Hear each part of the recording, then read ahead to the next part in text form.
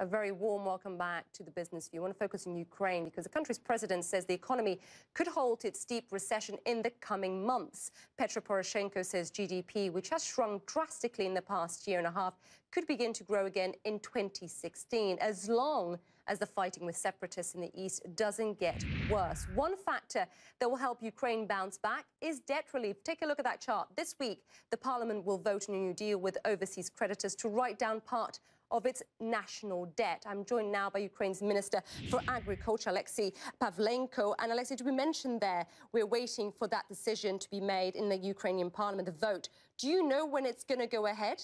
We started our discussion with parliament members, and we hope by the end of the week it's supposed to be approved. And do you expect it to be approved? Do you expect it to go through without any sort of major bumps? We do understand that it's now a huge political battle because elections are coming, but we put all our efforts to convince all parties to vote for the debt restructuring. We do understand the importance of current situation for the whole economy, for the business. Because I was reading an interesting article that quoted your finance minister that basically said if this isn't passed and the government is going to declare default in parliament, is this likely? Is this a scenario that you're contemplating at this stage? We hope that finally political compromise would be done because all the parties understand that now they must be united, especially facing aggression from the Russian situation in the east, and absolutely right situation with the economy. We are facing now a big struggle and a big challenge to make our reforms, and together with the reforms, also to satisfy all the expectations from the West and from the local society. And I'm glad you touched on reforms because it's something I want to touch on, because anyone looking at this is saying, look, you're getting all this debt relief. What are you doing to justify it? The reality is, even before this all started, that reforms need to come into place to make the economy more competitive. So what reforms, realistic reforms, plausible reforms, will be put in place here?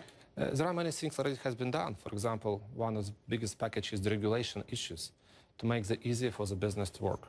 And it's also part of the fight with corruption, because less regulation, less corruption, especially for certificates, licenses, and many restrictions. Big part and big focus would be done for privatization issues, land reform issues, and also work with the institutional reform within the government itself, with a major focus to make it easy for the business to work and to create proper conditions for the work inside of the country and for the export, especially facing situation from Russian sanctions. You know, we have a big push on that, and we had to diversify our markets. And with agribusiness, we managed to have the biggest results for the export in the history for our agri products, 34.8 million tons of grain. And we also managed to diversify our markets to Russia. Only 2% of agri export now coming to Russia.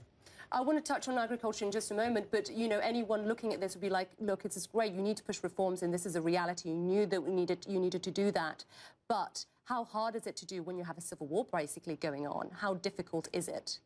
It's not easy from one hand, because we, especially when you're raising the tariffs, for example, gas price has been increased by 6 times to the population, and you put very tough budget, you cut the expenses, you cut the subsidies, and we have the biggest military budget. We have 100 billion hryvnias, historically big figures in the budget for the war campaign.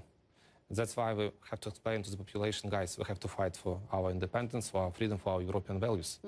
And we have to suffer. And together we also had to do through the painful way of reforms. Because it was only showing reforms step by step. We're receiving funds from IMF, we're receiving support from the donors, and we also receive recognition from the whole society that we move in the correct direction. It is a very tough balancing act. You mentioned agriculture, and I want to ask you about that, because Eastern Ukraine is a key area for agriculture, but also Crimea, which you lost. How has that impacted, both East Ukraine and Crimea, how has that impacted your agricultural output? It's actually a very good question, because occupied Crimea, occupied part of Donetsk and Lugansk region, we lost, and our estimates around 1 million tons of grain. But also in territory which are controlled in Donetsk, Lugansk by Ukrainian forces, we managed to complete successfully seeding campaign and also managed to already harvest 2 million tons of grain. And here we have peaceful life and also peaceful situation. Oleksiy Pavlenko, always great to get your insight, the Minister for Agriculture. Thank you very much, sir.